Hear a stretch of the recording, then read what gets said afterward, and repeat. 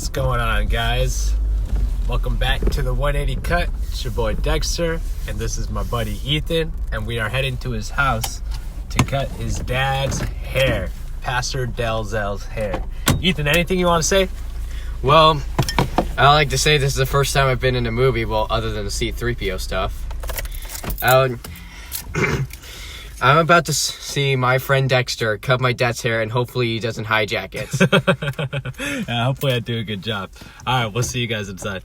Oh, and also Dad cut my hair. Looks good. Okay.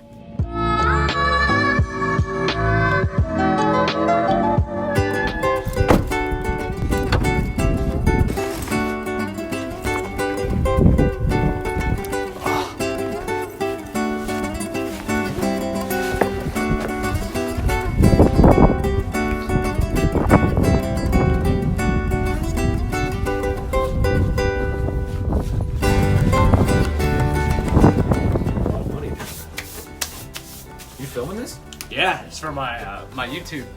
This is my pastor, Pastor Dalzell, and I'm getting ready to cut his hair in front of his house. This is his son, his youngest son. You want to say hi, Kel? Say hi. Recently, I have made the decision to pursue my passions. The decision wasn't as easy as you might think.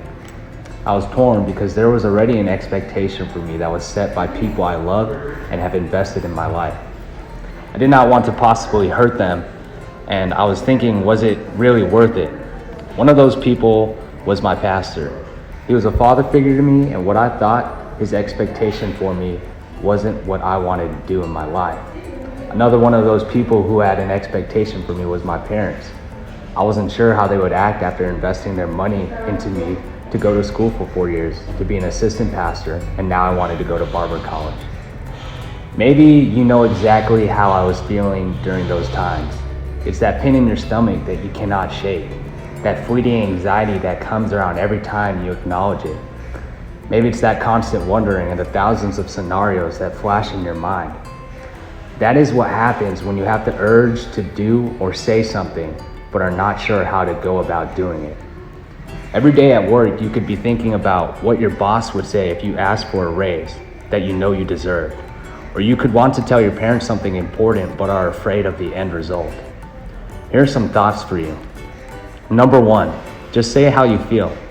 Now I know what you're thinking. Are you crazy?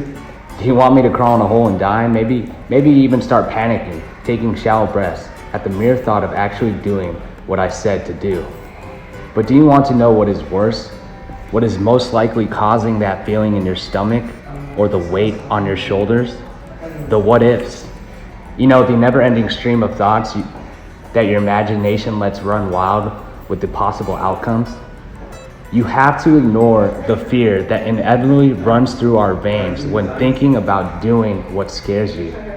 This fear is what makes saying how you feel worth it, because it indicates that whatever it is truly means a lot to you. I wasn't always like this, and I haven't lived a long life. But throughout life, there has been a lot of trials and errors, which has led me to the simple realization of life being too short. You don't want to spend the little times we have on this world worrying about all the would-haves, could-haves, and should-haves. And two, it's much better to say at least I tried than I wish I tried when it's too late. In the book Rich Dad, Poor Dad, the author says this: don't let the fear of losing be greater than the excitement of winning. Do you want to make barbering a career? Then do it. Do you want to start your own business? Then do it. Maybe you have been living to make others happy, but you yourself are not happy. Change the way you live. I don't know what you're holding in, but I can tell you this: whatever you have locked up is 100% worth sharing. And not just sharing, but doing. If you are like me and are afraid of what others might think because of their expectations of you, let me remind you this: we should not live under man's expectations. You ought to live under God's expectations for you and what He has instilled in your heart. Pursue your passions, and don't let the fear of losing be greater than the excitement of winning. Just got done cutting my pastor's hair. Turned out pretty nice.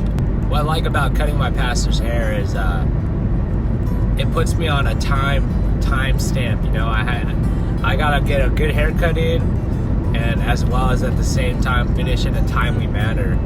Normally his wife cuts his hair, and she gets done with his hair quick, like 10 to 15 minutes. So you know, I can't be taking an hour on his haircut. And his haircut style isn't that hard. He only gets like a half faded up with a comb over. So, you know, I try and get it done in about 30-35 minutes. I haven't uploaded a video this past week and a half or so, and that is because I was dead sick. I had like the flu.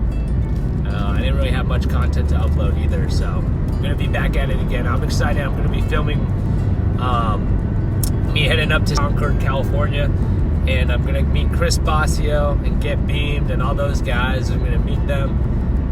They're gonna be doing a look and learn class at Barber College over there in the Bay Area. So I'm gonna do that, and you guys can expect that video to come up, and hopefully I get some good content for you guys. Hopefully I'll be able to do something cool. But until next time, thank you again for checking in at the 180 Cut. Hope to see you soon. God bless. Bye-bye.